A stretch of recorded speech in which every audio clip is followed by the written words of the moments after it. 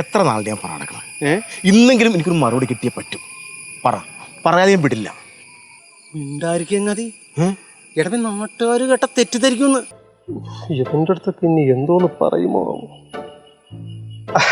Hello, കല്യാണം എന്നൊക്കെ പറയുമ്പോഴേ, കല്യാണം എന്ന് പറയുമ്പോ പന്തലിടുന്നു, പപ്പടം പഴം പായസം, ആളുകൾ വരുന്നു, ക്ഷണിക്കുന്നു, ബഹളം, അടിപൊളി. അതല്ല എടാ, നീ ഇവിടെ തന്ന കാശുണ്ടായിരുന്നു വെച്ചിട്ടുണ്ടല്ലോ, നിനക്ക് സ്വന്തമായിട്ടൊരു മെഡിക്കൽ ഷോപ്പ് തുടങ്ങാൻ. എന്നാ പിന്നെ ഇത് തന്നൂടെ, പറഞ്ഞു കൊതിപ്പിക്കാതെ. എന്നാ പിന്നെ താൻ ഒന്നുകൊണ്ടും പേടിക്കണ്ട, തന്റെ ഓപ്പറേഷൻ ഇന്ന് ഫിക്സ്.